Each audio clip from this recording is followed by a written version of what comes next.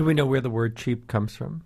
Yeah, it originally was actually a synonym for bargain. The word was used in Middle English, in the 1200s and 1300s, and was used in the phrase good cheap, which meant a bargain. It wasn't until about the 1800s that it started to be used as a synonym for miserly or stingy or something that was poorly made.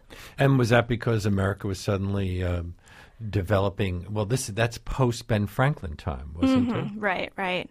I think it came to be, the word cheap, probably following on its Old English origins, came to be used often for dealers in lower quality goods, and I think that's where it got a bad name. Well, I see cheapskate as a bit of a compliment. So, but I will say that cheapness can go too far. You're not doing yourself any favors if you don't go to the doctor when you're not feeling well, because you don't want to spend the money for it.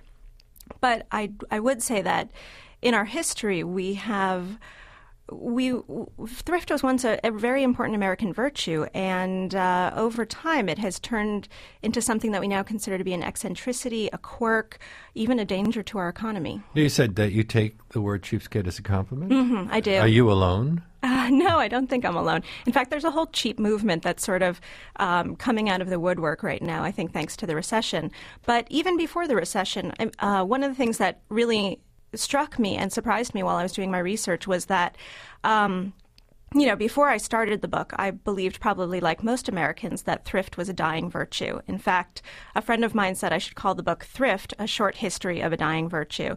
And the more I talked to people about it, and even just mentioning the book in casual conversation, everybody said to me, oh, you should interview my mother, my husband, my boss, my best friend. You should interview me. It was clear that there were thousands, millions, who knows how many people living cheaply in America, living frugally. A lot of people don't like the word cheap. I happen to embrace it. People were living frugally in America. They just kind of had gone underground at a certain point. Well, you say you could have even interviewed your father because he was a notorious cheapskate. Oh, yeah, I did interview my father. I spent about 2 hours interviewing him. And in fact, he's the inspiration for the book. It's dedicated to him. My father can only be described as compulsively cheap.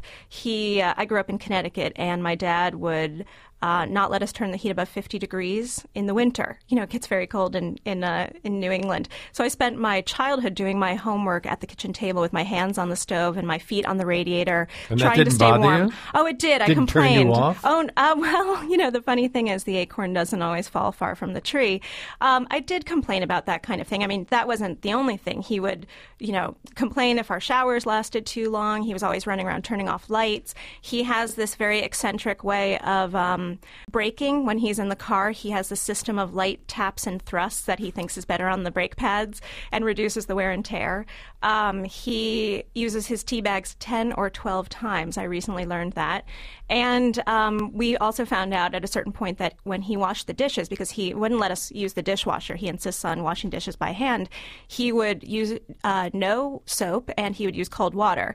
And we eventually realized that this was why the knives and forks were often caked with food. So, I did complain about all these things as a child, but then when I grew up and, certainly when I started supporting myself and realized how important it was to live within my means, I started to appreciate the lessons that my dad taught me. I think of my father as both the cheapest and the most generous man I know. He's somebody who is very ascetic with himself. I think he probably would have been very happy to live a monk-like existence if he hadn't gotten married and had children, and been out in the world. He was an economics professor, actually. Ironically, he's an economist in every sense of the word. But he's somebody who is very into self-denial with himself, but he'll always give time and money to organizations that he cares about. I think when the Asian tsunami happened a few years ago, he was probably the first person who took out his checkbook to give money, and he would help any friend or family member in need. So does the concept of cheapness only apply in situations where we think someone has the ability to pay but refuses to?